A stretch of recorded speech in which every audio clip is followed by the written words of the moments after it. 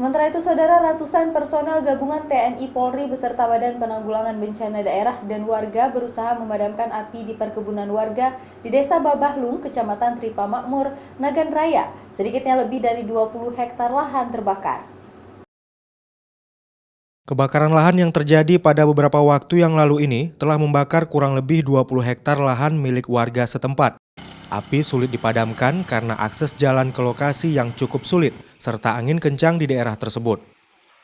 Sebagian besar kebakaran hutan dan lahan merupakan lahan gambut, sehingga api sulit untuk dipadamkan dan dijangkau.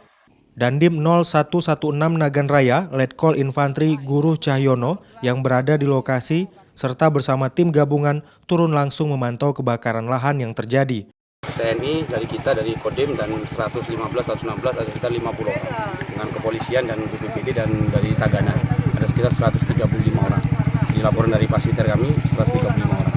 Kami berusaha membantu pemerintah daerah untuk memadamkan ini. 3 hari ini kita laksanakan.